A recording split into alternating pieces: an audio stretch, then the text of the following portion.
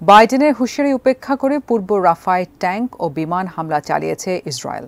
Al Jazeera জানায়, ভারী অস্ত্রসহ গাজার দক্ষিণ অঞ্চলীয় রাফার জনাকীর্ণ শহরে ঢুকে পড়ে হামলা অব্যাহত রেখেছে ইসরায়েল বাহিনী। আন্তর্জাতিক গণমাধ্যমগুলো জানায়, ইসরায়েলের সামরিক বাহিনীর স্থল আগ্রাসন বাড়ার সাথে সাথে হাজার হাজার ফিলিস্তিনি রাফা ছাড়ছে। ইতিমধ্যে আনুমানিক ৮০,০০০-এর বেশি ফিলিস্তিনি রাফা ছেড়ে পালিয়েছে। এদিকে রাফা ক্রসিং দখল করে নেওয়া ইসরায়েল ৩ দিন ধরে গাজায় সাহায্যের প্রবেশ বন্ধ করে দিয়েছে। ফলে মানবিক সহায়তা কার্যক্রম সম্পূর্ণ অচল হয়ে রাফায় দুর্ভিক্ষ ছড়িয়ে পড়ছে বলে জানিয়েছে জাতিসংঘ। গাজা উপত্যকায় যুদ্ধবিরতি ও হামাসের হাতে জিম্মি ইসরায়েলিদের মুক্তির বিষয়ে বৃহস্পতিবার মিশরের কায়রোতে চলমান আলোচনা ব্যর্থ হয়েছে।